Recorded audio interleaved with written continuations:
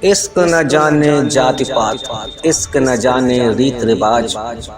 इश्क एक आग का दरिया है, इसमें डूब के जाना है। परवाने की किस्मत में तो सिर्फ मर मिट जाना है। इश्क वह है जो कि शर्म हया को समाप्त कर देता है।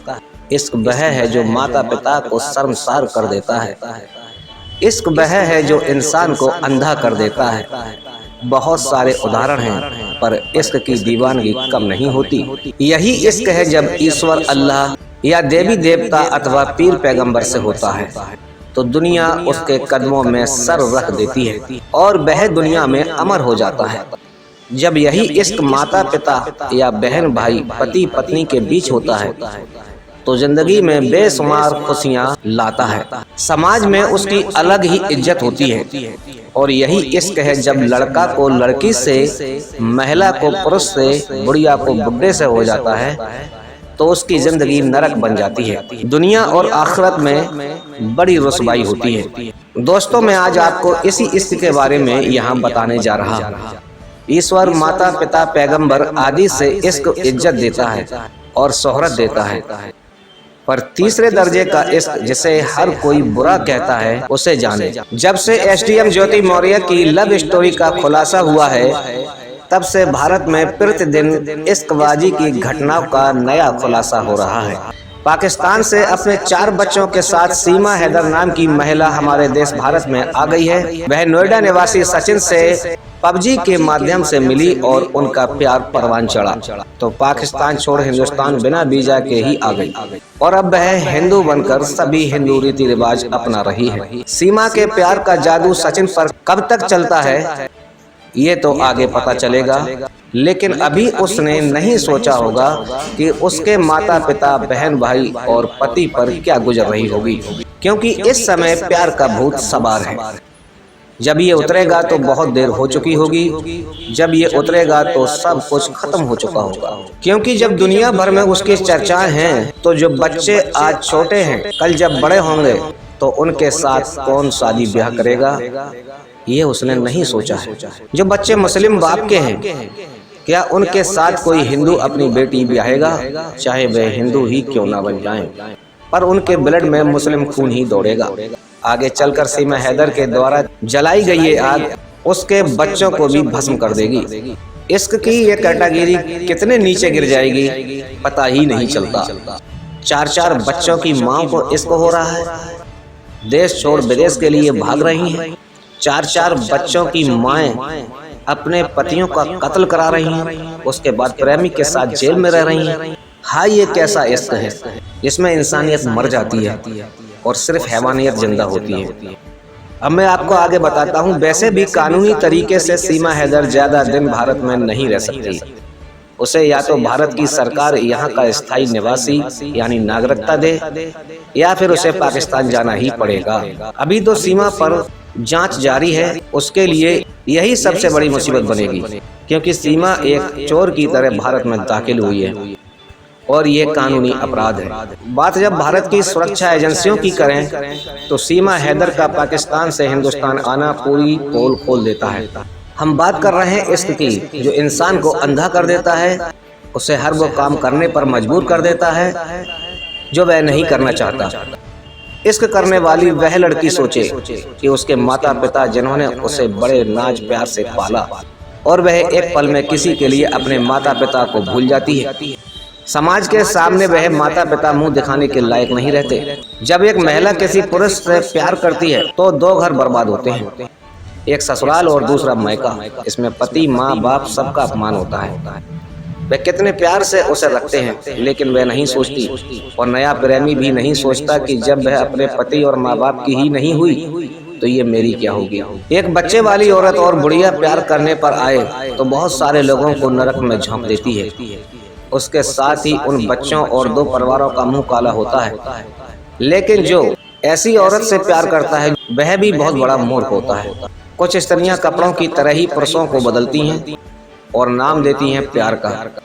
इन चंद लोगों की वजह से महिलाओं का अपमान हो रहा है। मर्द अब अपनी औरत को सबकी नजर से देखना शुरू कर रहे हैं। ये इश्क अब सीमा हैदर को कहां ले आया है, कब तक सचिन को भी बेवकूफ बनाएगी सीमा, ये तो कुछ ही दिनों में पता चलने वाला है।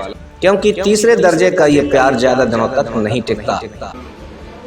पाकिस्तान से आई सीमा हमारे साथ है। सचिन आप देख सकते हैं वो सीमा के साथ बैठे हुए हैं। जेल से इनको बेल मिल चुकी है और अब ये अपने घर पहुंच चुकी है, सचिन के घर पहुंच चुकी है अपने चारों बच्चों के साथ। सीमा से बात करते हैं सबसे पहले। सीमा, सबसे पहले आपका पूरा नाम क्या है? मेरा सीमा गुलाम हैदर पूरा नाम है और अब यहाँ सीमा सचिन होगा अनकरीब बहुत जल्द। तो आप पाकिस्तान में कहाँ की रहने वाली थी? मैं कराची की, मेरा गांव सिंध में है, कराची भी सिंध में है, मेरा गांव तो दूर है, पर अब जो मैं रहती थी तब 6-7 साल से मैं कराची में रह रही हूँ, 8 साल से कराची में रह रही हूँ। सचिन से किस तरीके से आपकी मुलाकात हुई, कैसे ये पूरा इश्क जो है वो परवान चढ़ा, इसके बारे में आप जरा डिटेल में बताइए। हमारी पबजी में ही हुई मुलाकात। फर्स्ट टाइम तो हम साथ में गेम खेलते थे वहीं में, अचानक एक बार अचानक से आ जाते हैं, कहीं सऊदी का भी होता है, इंडिया के, पाकिस्तान के, सब मिलके ही खेलते हैं, 4-4 लोग खेलते हैं। तो हम ये अचानक से अपने दोस्त के संग खेल रहे थे, तो ये 2 आ गए हमारे साथ। तो उसे पबजी खेलते खेलते तकरीबन 2 महीने तक तो पबजी खेलते रहे। फिर नंबर दिए एक दूसरे को, फिर एक दूसरे को अपनी कंट्री दिखाते थे, ये मुझे अपनी दिखाते थे, मैं इनको अपनी दिखाती थी। कोई बारात जाए, कुछ भी हो जाए, ये मुसलमान है, ये हिंदू हैं, ये दिखाए, मैं भी उनको मुसलमान वहाँ के हिंदू दिखाती थी। जैसे जैसे हमारी वीडियो कॉल चलती थी एक दूसरे को अपनी सिटी, मतलब इंटरेस्ट इस तरह बढ़ा कि ये इंडिया का है, मैं पाकिस्तान का, मैं भारत वाले से बात कर रही हूँ, ये बड़ी खुशी हो रही थी मुझे वहाँ पे। तो इनकी मतलब शहर देख के भी सेम है, तो अच्छा सा लगता था। तो हमारा इंटरेस्ट बढ़ता गया, बात चलती गई तो आदत सी बनने लगी। फिर तो पहले दिन में होती थी, फिर तो रात में भी होती थी, सो तो कॉल चला के सो, वीडियो कॉल सामने फ़ोन धर के फिर सोती थी मैं। ऐसे हम दोनों को नींद नहीं आती। सुबह को दुकान में चले जाते थे लाला की, फिर वहीं फ़ोन सामने धर के सारा दिन काम करते रहे, बात भले भी ना हो पर एक दूसरे को देखते रहते थे हम दोनों। इस तरह बढ़ते बढ़ते फिर हमने 21 में तैयारी करी कि भाई मिलना है।